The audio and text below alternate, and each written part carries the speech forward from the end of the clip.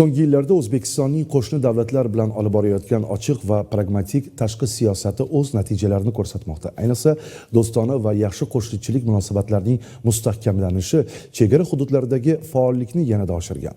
Bugun bu o'zgarishlar Samarqand viloyatida joylashgan Jartepa chegara bojxona posti misolida ham yaqqol namoyon bo'lmoqda. Hozir aynan shu haqda.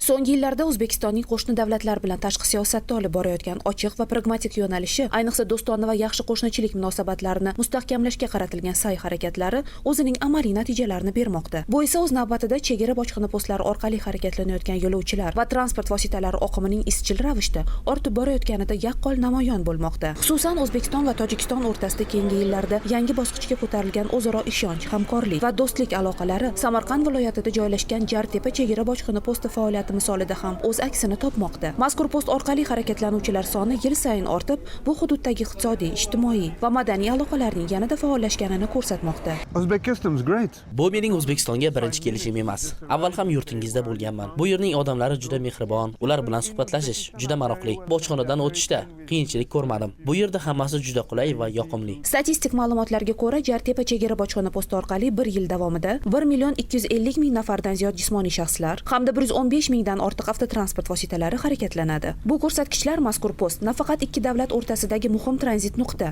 balki yo'lovchilar va transport vositalari oqimining gavjum maskaniga aylanganini anglatadi. Joriy 2026-yilning dastlabki choragida ham ijobiy dinamika saqlanib qolmoqda.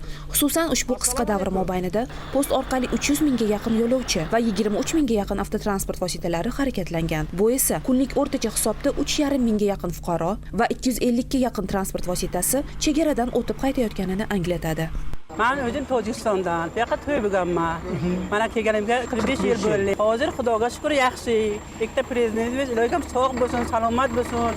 Boshlari amon bo'lsin. Xudoga mana men qilishga boramiz, kelamiz. Hech kimning hech kim narsa yo'q. Samarqandda uy olib, shaxdan borib kelasdik. Hech kim gapirmaydi ham.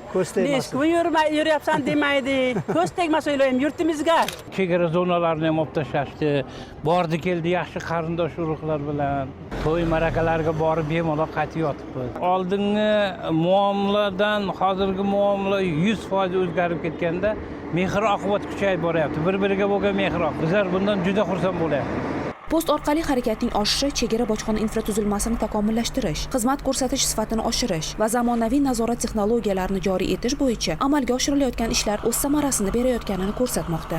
Shu bilan birga, postda yo'lovchilarga qulay shart-sharoitlar yaratish, harakatni tezkor va uzluksiz tashkil etish, ehtimoliy tirbandliklarning oldini olishga alohida e'tibor qaratilmoqda. Qisqacha aytganda, Jartepa chegara bojxona postida kuzatilayotgan o'sish ko'rsatkichlari O'zbekistonning qo'shni davlatlar bilan olib borilayotgan samarali tashqi siyosati hamda o'zaro ishonch va hamkorlikka asoslangan munosabatlarning amaliy ifodasi sifatida namoyon bo'lmoqda.